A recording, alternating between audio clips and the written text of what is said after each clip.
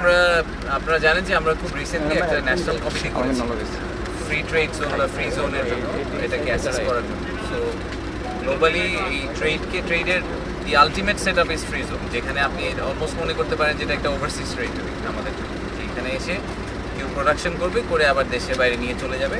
তো এটার মাধ্যমে যেটা হবে সেটা হচ্ছে যে তারা যাবতীয় বাংলাদেশের রেড টেপের বাইরে থাকবে, আবার অ্যাট দ্য সেম টাইম বাংলাদেশের লেবার ফোর্সকে ইউজও করতে পারবে। সো দুইটা মিলিয়ে আমাদের জন্য উইন উইন, ওনাদের জন্য উইন উইন সিচুয়েশন।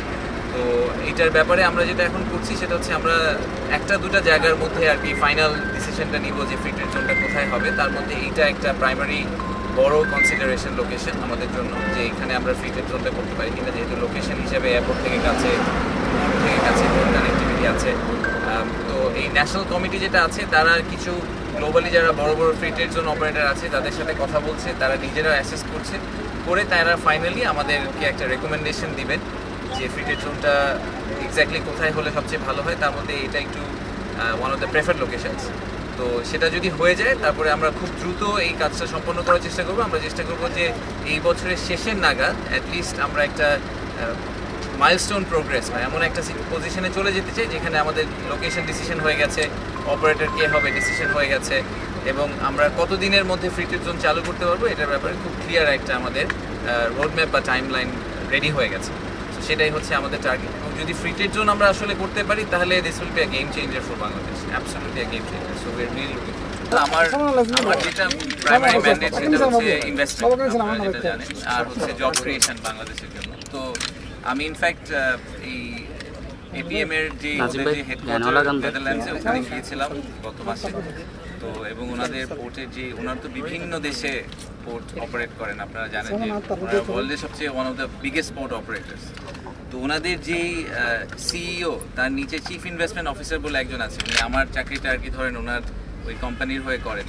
তো ওনার সাথে আমার একটা ইন্টারাকশন হয়েছিল, আমি ছোট্ট করে গল্পটা একটু বলি। সেটা হচ্ছে যে উনি বলছিলেন যে ওনার ছেলে এবং তার বন্ধুরা তাকে জিজ্ঞেস করছিল যে আপনি কি চাকরি করেন, উনি বলেছেন যে আমি এরকম বড় একটা পোর্ট কোম্পানির চিফ ইনভেস্টমেন্ট অফিসার। তো এইটা তো আমাদের জেনজির জন্য এটা ইম্পর্টেন্ট না যে আপনি একটা পোর্ট কোম্পানির বড় অফিসার। তো বলছে যে না, তো আপনি অ্যাকচুয়ালি মানুষের জন্য কি করেন। তো ওইটার এক্সাম্পল হিসেবে ওনারা এত 60টার উপরে দেশে অপারেট করেন, কিন্তু সব কিছুর পরে বাংলাদেশে ওনারা এখনো শুরু করেননি। কিন্তু উনি এক্সাম্পল দিয়েছেন বাংলাদেশে, মানে এক্সাম্পলটা দিয়েছেন যে যখন আমরা বাংলাদেশে একটা পোর্ট করার চেষ্টা করছি, সেই পোর্টটা যখন আমি করতে পারবো, যখন আমরা এটা করব, তখন আমরা শুধুমাত্র এটা জাস্ট নট আ পোর্ট, এটা বাংলাদেশের মানুষের হাজার হাজার মানুষের কর্মসংস্থান, তাদের টোটাল ইকোনমির যে ডেভেলপমেন্ট, এই পুরোটাতে একটা এক্সেপশনাল ভূমিকা রাখবে। সো হয়তো ভবিষ্যতে জেনারেশনের পর জেনারেশন এই পোর্টের কারণে নতুনভাবে চাকরি পাবে, তাদের বাচ্চারা এডুকেশনে যাবে। So this is one journey, যেই জার্নির ভিতর আমরা যারা পার্ট হতে পাওয়ার সুযোগ পাচ্ছি, আমরা we are becoming part of history. So আমাদের একটা হিস্ট্রি তৈরি করার সুযোগ আছে। আমরা সব সময় বলি যে বাংলাদেশের কিন্তু প্রায় 50% পপুলেশন হচ্ছে গিয়ে 25 বছরের নিচে বয়স, তাই না? সো এটা এত ইউনিক, আপনি পৃথিবীর আর কোনো দেশে এই পপুলেশন পাবেন না। তো তাদের ভবিষ্যৎ যে ভালো হবে সেটাকে এনশিওর করার কিন্তু একমাত্র উপায় হচ্ছে আমাদের দেশকে একটা ম্যানুফ্যাকচারিং হাব করা, এবং সেটার জন্য port capacity is very important.